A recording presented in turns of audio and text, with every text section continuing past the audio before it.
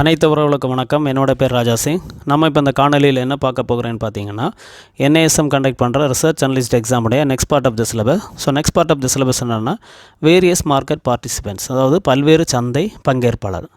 So பல்வேறு சந்தை பங்கேற்பாளர்களில் வரக்கூடிய சப்டிவிஷன் என்னென்னா market intermediaries. So market intermediates அப்படின்னா சந்தை இடைத்தரகர்கள் யாருன்னு நம்ம பார்த்துட்ருக்குறோம். ஸோ இந்த காணொலியில் நம்ம பார்க்க போகிற மார்க்கெட் இன்டர்மீடியரி யாருன்னு பார்த்தீங்கன்னா trading members or stock brokers. So அதாவது வர்த்தக உறுப்பினர்கள் அல்லது பங்கு தரகர்கள் அவர்களை குறித்து நம்ம பார்ப்போம். So trading members or stock brokers. வர்த்தக உறுப்பினர்கள் அல்லது பங்கு தரகர்கள் என்பது ஒரு பங்கு சந்தையில் பதிவு செய்யப்பட்ட உறுப்பினர்கள் ஆகும்.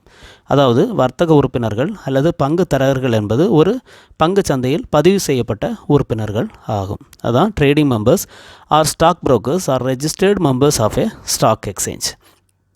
நெக்ஸ்ட்டு, அவை பங்கு சந்தைகளில் முதலீட்டாளர்களின் பரிவர்த்தனைகளை வாங்கவும் விற்கவும் உதவுகின்றனர். அதாவது இந்த பங்கு சந்தைகளில் முதலீட்டாளர்களின் பரிவர்த்தனைகளை வாங்கவும் விற்கவும் உதவுகின்றனர். அதுதான் they facilitate buy and sell transaction of investors on stock exchanges. Next, அனைத்து இரண்டாம் நிலை சந்தை பரிவர்த்தனைகள் பங்கு சந்தையில் பதிவு செய்யப்பட்ட தரகர்கள் மூலம் தான் நடத்தப்படுகின்றன.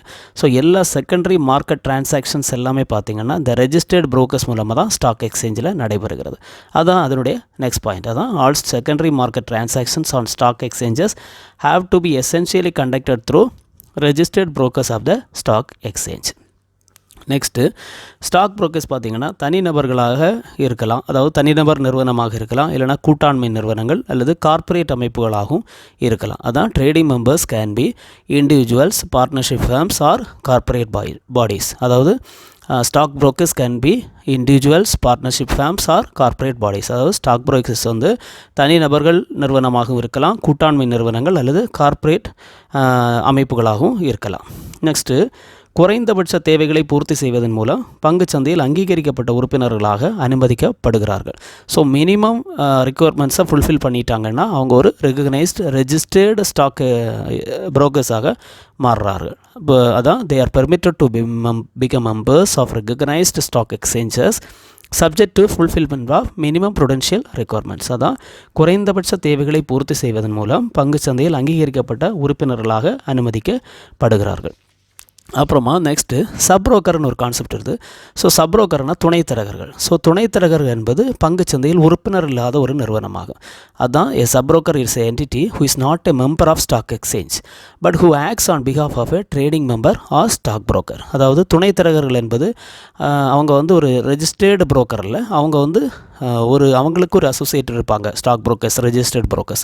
ஸோ அவங்க வந்து ஏஜென்ட்ஸாக இருப்பாங்க. ஸோ அசோசியேட் புரோக்கர்ஸுக்கு வந்து அவங்க வந்து ஏஜென்ட்ஸாக இருப்பாங்க, சப் புரோக்கர்ஸ். ஸோ அவங்களோட டியூட்டி என்னென்னா இன்வெஸ்டர்ஸுக்கு வந்து பை செல் பண்ணுறதுக்கு அசிஸ்ட் பண்ணுவாங்க. So agents for assisting the investors in buying and selling or dealing in securities through such trading member or stock broker with whom he is associated.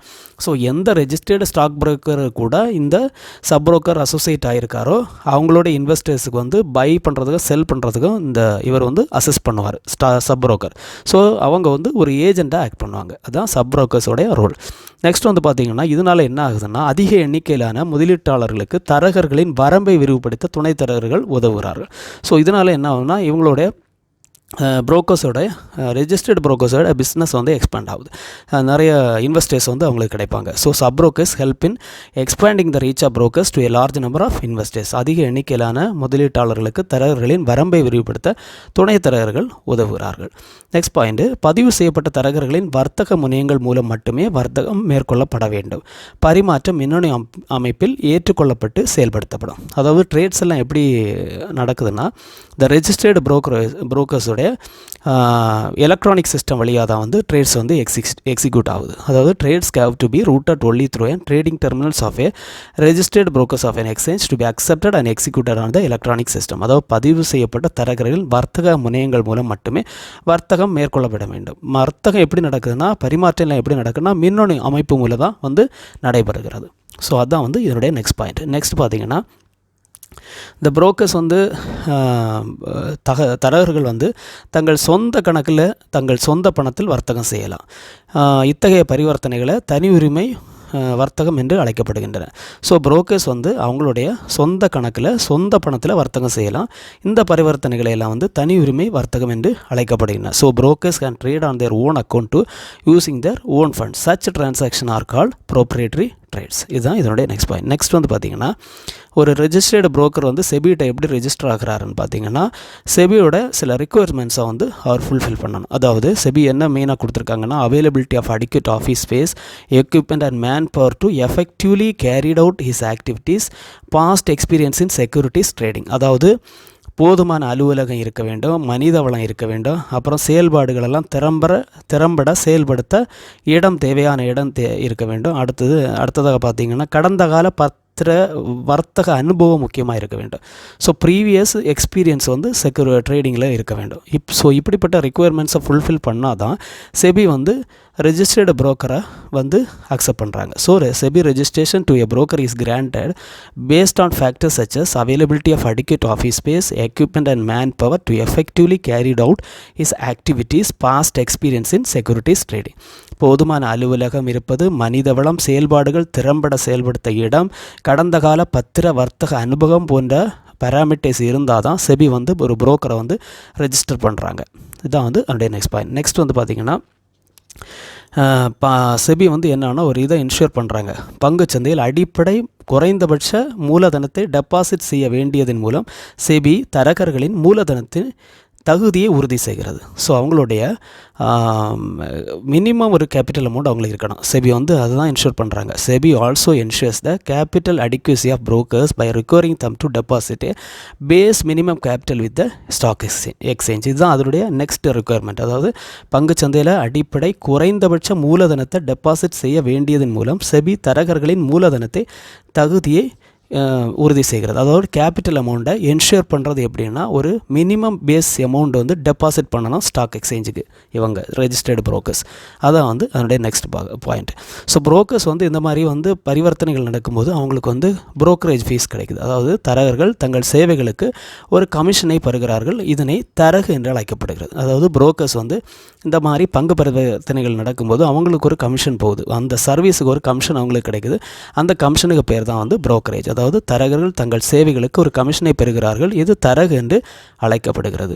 So அடுத்ததாக வந்து பார்த்திங்கன்னா அதிகபட்சம் வாடிக்கையாளர்களுக்கு விதிக்கப்படும் தரகு தனிப்பட்ட பங்கு சந்தையில் நிர்ணயிக்கப்படுகிறது. So maximum brokerage chargeable to customers is fixed by individual stock exchanges. அதாவது அதிகபட்ச வாடிக்கையாளர்களுக்கு விதிக்கப்படும் தரகு தனிப்பட்ட பங்கு சந்தைகளால் நிர்ணயிக்கப்படுகிறது. அப்புறம் வந்து பார்த்திங்கன்னா நெக்ஸ்ட் டூட்டி என்ன பண்ணுவாங்கன்னா பல தரகர்கள் தங்கள் முதலீட்டாளர்களுக்கு பத்திரங்களை வாங்குவதற்கும் விற்பனை செய்வதற்கும் ஆராய்ச்சி பகுப்பாய்வு மற்றும் பரிந்துரைகள் வழங்குகின்றன. ஸோ ஆராய்ச்சி பகுப்பாய்வு வழங்குறாங்க. அப்புறம் வந்து ரெக்கமெண்டேஷன்ஸ் வழங்குறாங்க. Several brokers provide research analysis and recommendation about securities to buy and sell. அதாவது ரெக்கமெண்டேஷன்ஸு ஆராய்ச்சி பகுப்பாய்வுகள் எல்லாம் வந்து இன்வெஸ்டர்ஸுக்கு வந்து இந்த சில புரோக்கர்ஸ் வந்து கொடுக்குறாங்க, ப்ரொவைட் பண்ணுறாங்க. எதுக்காகனா அவங்களுடைய பத்திரங்களை வாங்குறதற்கும் விற்பதற்கும் வந்து உதவியாக இருப்பதற்கு. So several brokers provide research analysis and recommendations about securities to buy and sell the securities. So பாருங்கள், பயன்பெறுங்கள், சப்ஸ்கிரைப் பண்ணுங்கள், சப்போர்ட் பண்ணுங்கள், கமெண்ட் பண்ணுங்கள். அடுத்த காணொலியில் உங்களை சந்திக்கும் வரை உங்களிடமிருந்து விடைபெறுகிறேன். நன்றி, வணக்கம்.